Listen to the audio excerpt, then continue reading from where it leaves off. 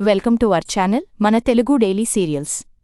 ఇంటింటి రామాయణం ఈరోజు ఎపిసోడ్లో సత్యనారాయణ వ్రతాన్ని ఆపడానికి పల్లవి శ్రేయపన్నాగం పన్నుతారు. అయితే అది పూర్తిగా బెడిసికొడుతుంది. మరోవైపు ప్రణతి భరత్లకి ధైర్యం చెప్పి పల్లవి శ్రేయల సంగతి నేను చూసుకుంటానంటూ అని అవని అభయమిస్తుంది. అయితే అక్షయ్ పూజకి రాలేదేంటని పార్వతి అడిగితే వచ్చి తీరతారని అవని అంటుంది. ఇలా ఈరోజు ఎపిసోడ్లో పూర్తిగా ఏం జరిగిందో చూద్దాం. ఇంటింటి రామాయణం సీరియల్ ఈరోజు ఆగస్ట్ 27 ఎపిసోడ్లో ఉద్యోగం వచ్చిందని స్వీట్స్ పట్టుకుని ఇంటికి వస్తాడు అక్షయ్. అయితే కేవలం ఆరాధ్యకి మాత్రమే స్వీట్ ఇచ్చి సైలెంట్గా ఉంటాడు. నానా, అమ్మకి, తాతయ్యకి కూడా స్వీట్ ఇవ్వని ఆరాధ్య అంటే నువ్వు ఇవ్వు, నేనైతే ఇవ్వనని అంటాడు. అసలు ఈ ఉద్యోగం నీకు రావడానికి అవనియే కారణం.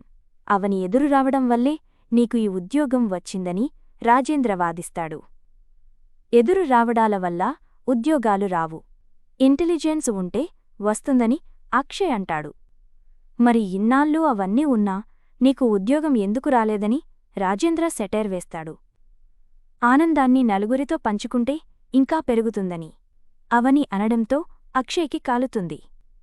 నీ సెటైర్లకి ఎలా సమాధానం చెప్పాలో నాకు తెలుసు, కాని నీతో వాదన పెట్టుకుని జాబ్ వచ్చిందనే సంతోషాన్ని పాడుచేసుకోవడం నాకిష్టం లేదు.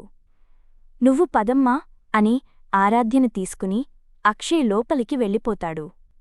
అహంకారం తలకెక్కినవాళ్లు ఆనందాన్ని కూడా అంటూ రాజేంద్ర తిట్టబోతాడు.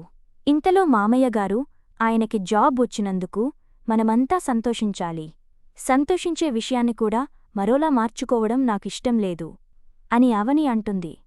మరోవైపు వ్రతానికి కావాల్సిన ఏర్పాట్లన్నీ పార్వతి, భానుమతి చేస్తుంటారు.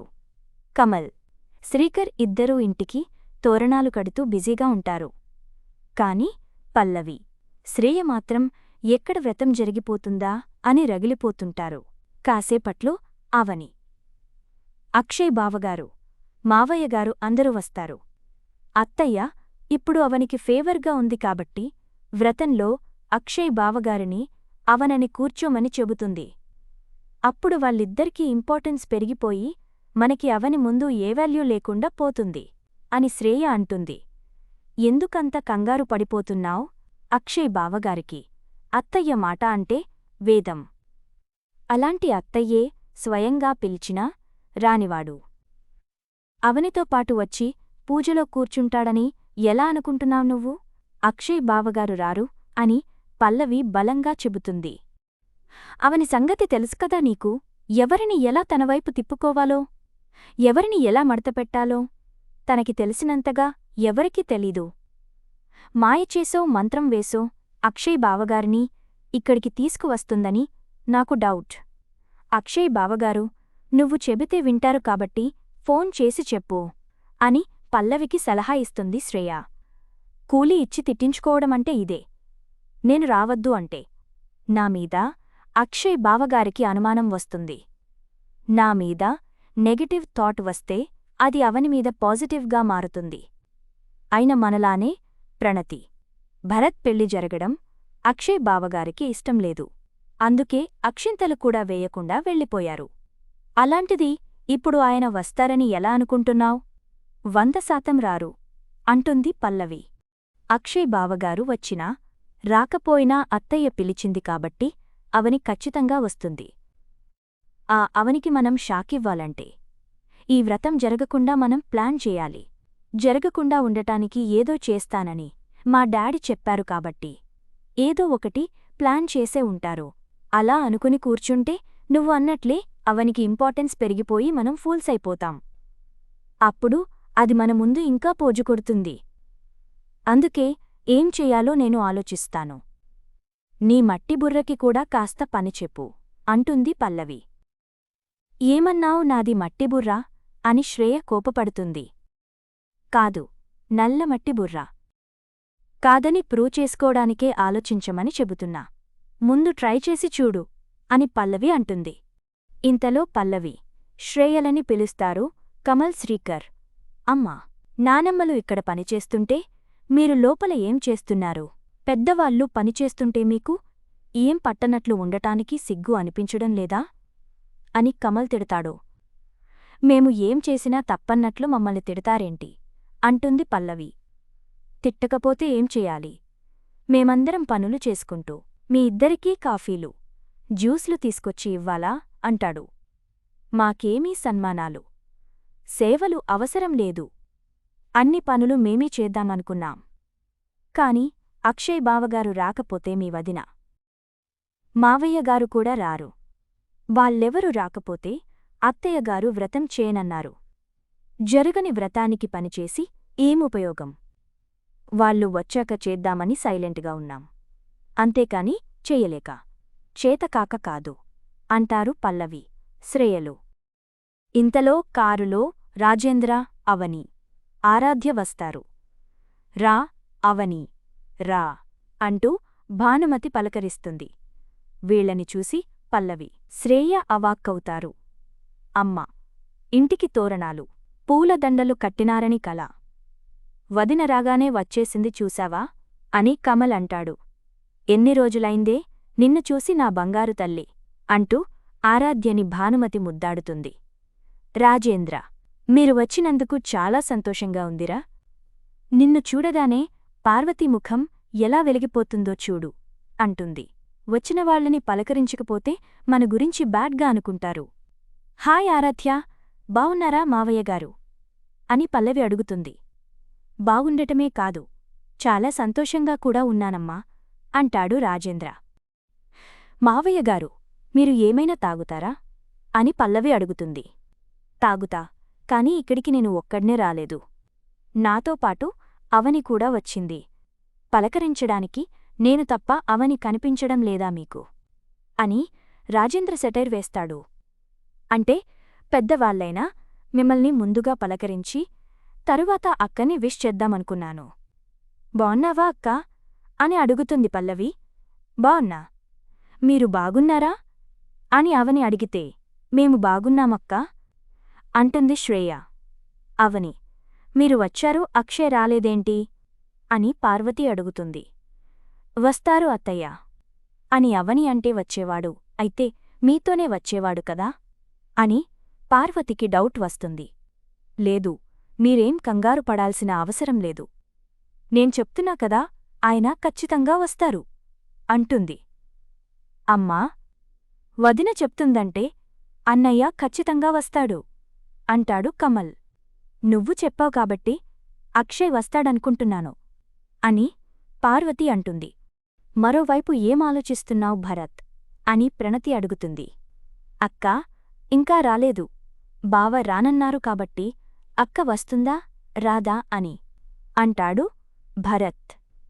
వ్రతం చేయించమని వదినే అమ్మకి చెప్పింది కాబట్టి ఎవరు వచ్చినా రాకపోయినా వదిన తప్పకుండా వస్తుంది భరత్. మనం పెళ్లి చేసుకోవడం పల్లవి వదిన, శ్రేయ వదినకి ఇష్టం లేదు కాబట్టి వాళ్ళు ఈ వ్రతంలో కూడా నిన్ను, అవని వదినని అవమానిస్తారేమోనని భయంగా ఉంది నాకు అంటుంది ప్రణతి. ఇంతలో అక్కడికి అవని వస్తుంది. ప్రణతి, రెడీ అయిపోయారా? ఇద్దరూ చక్కగా ఉన్నారు. మీరు కోరుకున్నట్లే మీ ఇద్దరికీ పెళ్ళైపోయింది. ఇప్పుడు వ్రతం కూడా జరుగుతుంది. నాకు అయితే చాలా సంతోషంగా ఉంది. అదేంటి అత్తయ్య, మిమ్మల్ని అర్థం చేసుకున్నందుకు మీరు హ్యాపీగా ఉండాలి, కాని ఇలా డల్గా ఉన్నారేంటి అని అవని అడుగుతుంది. ఇక్కడ హ్యాపీగా ఉండే పరిస్థితి లేదు వదినా అని ప్రణతి స్టార్ట్ చేస్తుంది. మా విషయంలో, నీ విషయంలో అమ్మ మారినా కూడా వదినలు ఇద్దరికీ మా పెళ్లి జరగడం ఇష్టం లేదు. అలాగే ఈ వ్రతం జరగడం కూడా వాళ్ళకి ఇష్టం లేదు అని ప్రణతి అంటుంది. వాళ్ళిద్దరూ మిమ్మల్ని ఏమైనా ఇబ్బంది పెడుతున్నారా అని అవని అడుగుతుంది. మేము ఈ ఇంట్లో అడుగుపెట్టిన దగ్గరనుంచి భరత్ గురించి చులకనగా మాట్లాడుతూ అవమానిస్తున్నారు.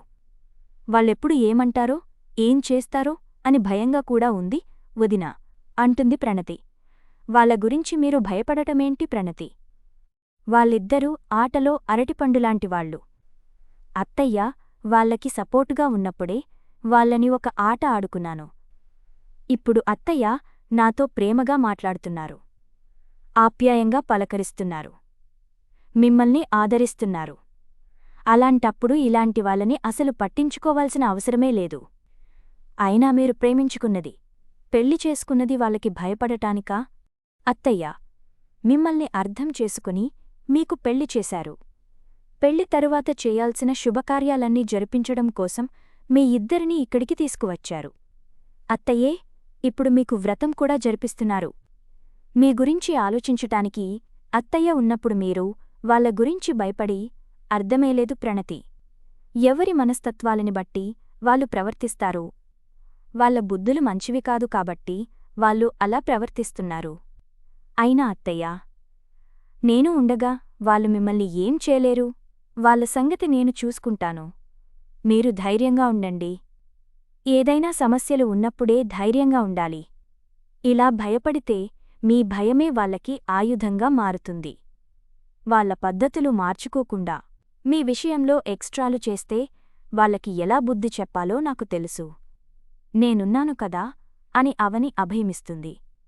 రే, ప్రేమించడమంటే పెళ్లి చేసుకోవడం మాత్రమే కాదురా. నీచేత తాలి కట్టించుకున్న అమ్మాయి సంతోషంగా ఉండేలా చూసుకోవాలి. అది ప్రేమంటే అని భరత్కి సలహా ఇస్తుంది. మరోవైపు వ్రతం చెడగొట్టడానికి ఏం చేయాలా అని పల్లవి, శ్రేయ ఆలోచిస్తూ ఉంటారు. అక్షయ్ బావని అత్తయ్య వెళ్ళి పిలిస్తే రానన్నారు. కమల్, శ్రీకర్ పిలిచినా రానన్నారు. మరి బావగారు వస్తారని అవని అంత కాన్ఫిడెంట్గా చెబుతుందేంటి అంటుంది శ్రేయ. అదే నాకు అర్థం కాలేదు. అది అంత నమ్మకంగా చెబుతుందంటే ఏదో పక్కాగా ప్లాన్ చేసి ఉంటుందని నా డౌట్ అంటుంది పల్లవి. నువ్వు అన్నట్లుగా అదే అయ్యుంటే అక్షయ్ బావగారు వస్తారు. వచ్చాక అత్తయ్య వాళ్ళిద్దర్నీ వ్రతంలో కూర్చోబెట్టి వ్రతం చేయిస్తుంది. అప్పుడు అక్షయ్ బావతో సహా అందరూ అవనిని దేవతలా చూస్తారు. మనల్ని దెయ్యంలా చూస్తారు అంటుంది శ్రేయ. అది అవ్వకూడదనే వ్రతం చేయకుండా ఏదో ఒకటి చేయమని నీకు చెప్పాను అని పల్లవి తిడుతుంది. ఆలోచించాను కాని ఏదీ తట్టలేదు అంటుంది శ్రేయ. నీ మట్టి బుర్రకి ఏమీ తట్టదని నాకు తెలుసు. అందుకే నేనే ప్లాన్ చేశాను. మనం ఆ భరత్గాడ్ని అవమానిస్తున్నామని నా మొగుడు నాకు కరెంట్ షాక్ ఇచ్చాడు. అదే షాక్ని ఇప్పుడు అవనికి తగిలేలా ప్లాన్ చేశాను అంటుంది పల్లవి.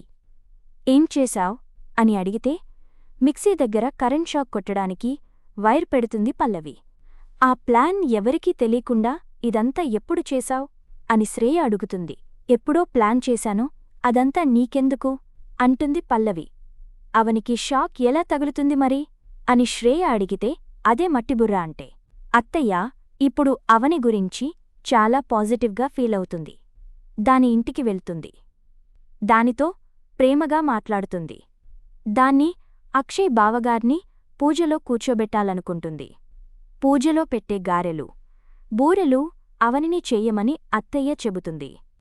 ఒకవేళ అత్తయ్య చెప్పకపోయినా అవనియే పూనుకొని మిక్సీ ఆన్ చేయడానికి వెళ్తుంది.